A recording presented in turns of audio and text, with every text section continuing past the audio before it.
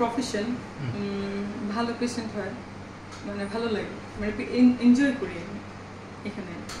আর এখানে শুধু ডেন্টাল না, এখানে অ্যাস্থেটিক আছে, ফেসের এভরি কাইন্ডস অফ ট্রিটমেন্ট এখানে হয়, সাথে টিথের মানে সব টাইপের ট্রিটমেন্ট হয়। এটাই।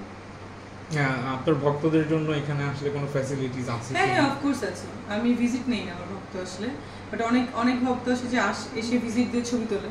তো যখন দেখি যে তারা কোনো ট্রিটমেন্ট নিচ্ছে, সেক্ষেত্রে ভিজিটগুলো সব ফ্রি করে দিই এবং ডিসকাউন্টের ব্যবস্থা। মানে রোগী সেজে কি নায়িকার সাথে দেখা করতে? অনেক এখানে এমনও পেশেন্ট এসেছে যে আমাকে দেখে যে কদবেল নিয়ে আসছে, হ্যাঁ, কিছু দেখা করবে, গ্রাম থেকে তুলে নিয়ে আসছে।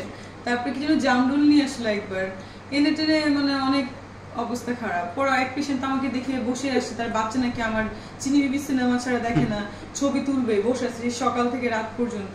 তাদেরকে আবার আমি বাচ্চাগুলোকে আমি ট্রিট দিয়ে দিই। আবার এমন আছে আমাকে দেখে মানে কথা বলতে পারছেন, হাত পা কাঁপতেছে, পড়ে যাচ্ছে, মানে খুবই এনজয় করি আসলে বিষয়গুলো। মানে আমি যদি শুধু ডক্টর হইতাম তাহলে তো আসলে এরকম বিষয়টা হতো না। আর আমার যারা ফ্রেন্ড সার্কেল আছে না আমার এইজের, তারাও তো আসলে এত পেশেন্ট পায়ও না, তারা একটা লিমিটেড পায়। তো আমি আসলে হয়তো বা নায়িকা হওয়ার কারণেই এই ফ্যাসিলিটিসটা পেয়েছি, আলহামদুলিল্লাহ। বেশিরভাগ মানুষ যেমন জানতো আপনি ডেন্টিস্ট, আজকে হয়তো আপনি বিষয়টা ক্লিয়ার করেছেন, এটা অ্যাস্থেটিক ক্লিনিক। আমার এখানে 7 জন ডক্টর আছেন।